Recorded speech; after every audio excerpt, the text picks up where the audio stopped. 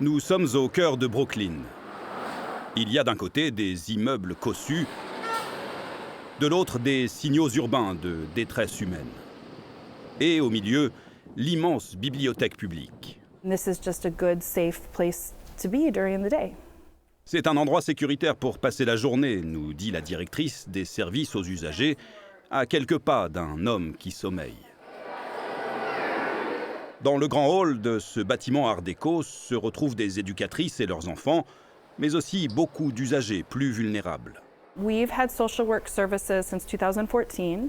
Nous avons des travailleurs sociaux depuis 2014 ici. Ils font de l'intervention directe auprès des usagers qui ont des besoins spécifiques. Logement et santé sont en haut de la liste des demandes d'aide. Derrière cette vitre givrée, une femme d'une cinquantaine d'années passera plus d'1 heure avec l'une des 3 intervenantes. Elle a vécu dans la rue, elle ne sait pas quelle aide demander. Nous devenons la porte d'entrée pour beaucoup de services et souvent il faut passer par Internet. Ça crée une fracture numérique. C'est très difficile de parler à une personne. La Grande Bibliothèque à Montréal expérimente aussi cette nouvelle approche d'intervention sociale. Bonjour monsieur. Oui. Allô, ça va bien? Oui. Le projet pilote qui se termine ce printemps permet d'offrir 48 heures d'assistance par semaine. Malek a d'abord travaillé pour un organisme en itinérance. Au moins 2 fois par jour, les préposés au comptoir appellent l'intervenante pour une demande d'aide qui n'a rien à voir avec la recherche d'un ouvrage. Ils viennent chercher de l'aide pour la recherche d'emploi, pour l'aide sociale, pour refaire leurs papiers comme carte RAMQ. Mais ce qui fait la plus grande différence aux yeux de Malek, c'est de pouvoir détecter des signes et éviter à certains de basculer. Ici, à la Grande Bibliothèque, il y a beaucoup d'itinérances cachées. C'est des personnes qui ne veulent pas fréquenter les hébergements d'urgence, les organismes communautaires, parce qu'ils ne veulent pas avoir le titre de personnes en situation d'itinérance. Je trouve que c'est très, très important d'avoir des personnes dans des milieux comme ici, parce que si on ne prend pas en charge ces personnes, ça peut s'aggraver, puis ils peuvent tomber dans l'itinérance chronique. Le principe d'une bibliothèque publique, c'est d'accueillir tout le monde. Un étudiant au 1er cycle, une généalogiste, un historien. Sébastien Nadeau connaît bien son public. Il sait qu'il peut aussi être turbulent.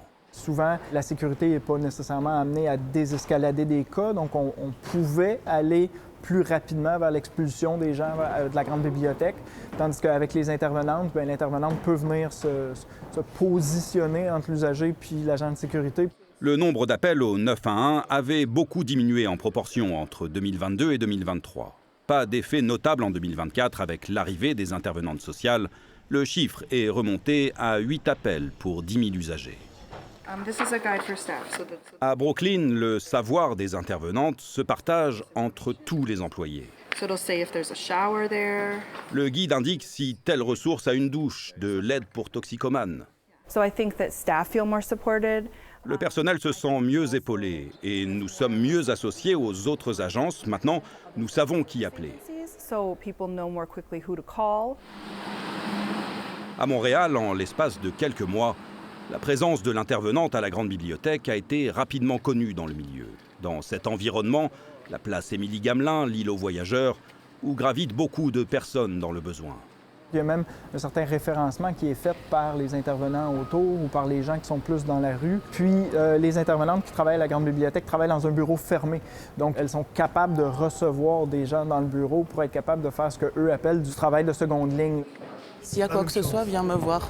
J'ai eu 2 cas de personnes qui n'étaient pas médicamentées. Puis on a réussi à trouver une équipe traitante, une travailleuse sociale, un psychiatre. Puis maintenant, ils se sentent mieux, ça va mieux. Puis ça me rend vraiment heureuse. Le projet est financé par une enveloppe de moins de 150 000 $ du ministère de l'Emploi et de la Solidarité sociale. Son renouvellement n'est pas confirmé. J'ai une autre rencontre avec une dame qui a besoin de demander de l'aide sociale. Ici Mathieu Prost, Radio-Canada, Montréal.